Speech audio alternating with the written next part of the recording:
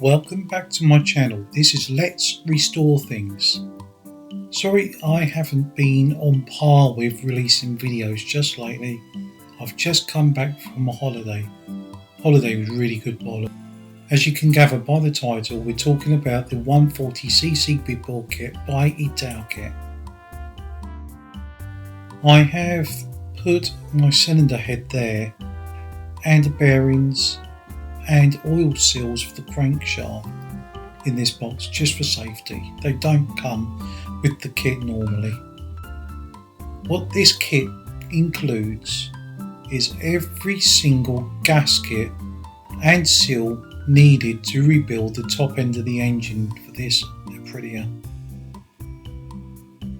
You do have a selection of base gaskets, all different thicknesses. This is to set the squish up later on when you start putting things together.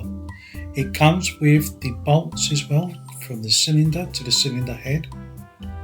It comes with the gudgeon pin as well, and a spacer for the power valve. So if you didn't know, Italkit is made by the Gilarani group.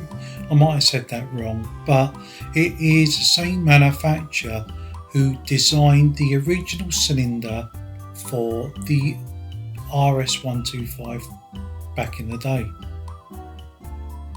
I don't think you can go too far wrong with this kit.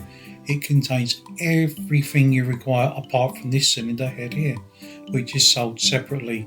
You can buy a kit, well, it does include it, but I didn't have it on mine. I had to get it separately. Every single one of these bags have got a part number on it for the kit.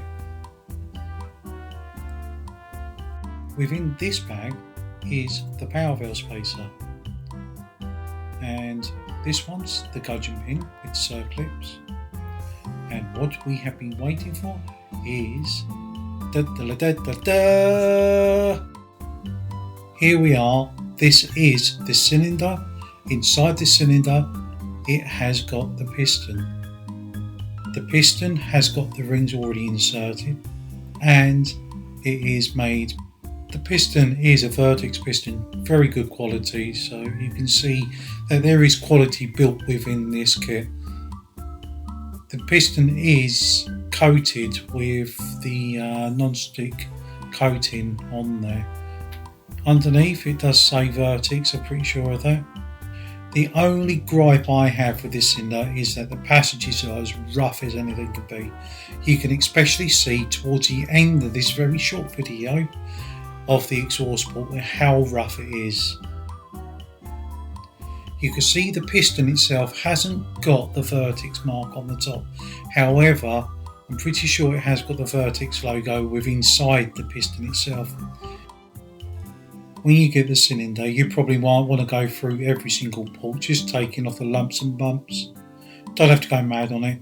I went a bit more than you should really. That's because I wasn't happy about how the passages were.